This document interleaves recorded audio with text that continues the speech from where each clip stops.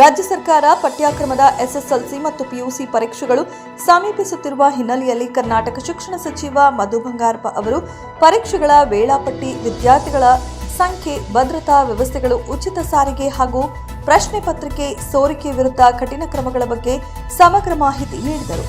ಪರೀಕ್ಷೆಗಳು ಸುಗಮ ಮತ್ತು ನ್ಯಾಯಸಮ್ಮತವಾಗಿ ನಡೆಯಲು ಕೈಗೊಂಡಿರುವ ಪ್ರಮುಖ ಕ್ರಮಗಳನ್ನು ವಿವರಿಸಿದರು. ಪರೀಕ್ಷಾ ವೇಳಾಪಟ್ಟಿ ಮತ್ತು ವಿದ್ಯಾರ್ಥಿಗಳ ಸಂಖ್ಯೆ. ಪಿಯುಸಿ ಪರೀಕ್ಷೆ 2026 ಫೆಬ್ರವರಿ 28ರಿಂದ ಮಾರ್ಚ್ 17ರವರೆಗೆ ನಡೆಯಲಿದೆ.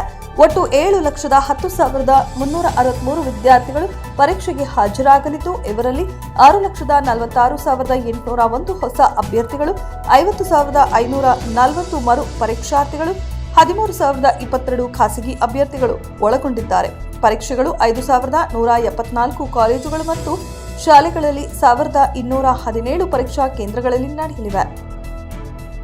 ತಾತ್ಕಾಲಿಕ ಫಲಿತಾಂಶ ಏಪ್ರಿಲ್ 7ರಂದು ಪ್ರಕಟವಾಗಲಿದೆ. ಪರೀಕ್ಷೆ 2 ಏಪ್ರಿಲ್ 25ರಿಂದ ಮೇ 9ರವರೆಗೆ ನಡೆಯಲಿದ್ದು, ಫಲಿತಾಂಶ ಮೇ 22ರಂದು ಪ್ರಕಟವಾಗುವ ನಿರೀಕ್ಷೆ ಇದೆ. ಎಸ್ಎಸ್ಎಲ್ಸಿ ಪರೀಕ್ಷೆ ಮಾರ್ಚ್ 18ರಿಂದ ಏಪ್ರಿಲ್ 2ರವರೆಗೆ ನಡೆಯಲಿದೆ. ಒಟ್ಟು 9,02,889 ವಿದ್ಯಾರ್ಥಿಗಳು ಪರೀಕ್ಷೆಗೆ ಹಾಜರಾಗಲಿದ್ದು, ಇವರಲ್ಲಿ 8,12,855 ಹೊಸ ಅಭ್ಯರ್ಥಿಗಳು, 62,845 ಮರು ಪರೀಕ್ಷಾ ವಿದ್ಯಾರ್ಥಿಗಳು, 27,189 ಖಾಸಗಿ ಅಭ್ಯರ್ಥಿಗಳು. ಪರೀಕ್ಷೆಗಳು 15,941 ಶಾಲೆಗಳಲ್ಲಿ 2,871 ಕೇಂದ್ರಗಳಲ್ಲಿ ನಡೆಯಲಿವೆ. ಫಲಿತಾಂಶ ಏಪ್ರಿಲ್ 24ರಂದು ಪ್ರಕಟವಾಗಲಿದೆ. ಎಸ್ಎಸ್ಎಲ್ಸಿ ಪರೀಕ್ಷೆ 2 ಮೇ 18ರಿಂದ ಮೇ 22ರವರೆಗೆ ನಡೆಯಲಿದ್ದು, ಫಲಿತಾಂಶ ಜೂನ್ 1, 2026ರಂದು ಪ್ರಕಟವಾಗುವ ನಿರೀಕ್ಷೆ ಇದೆ.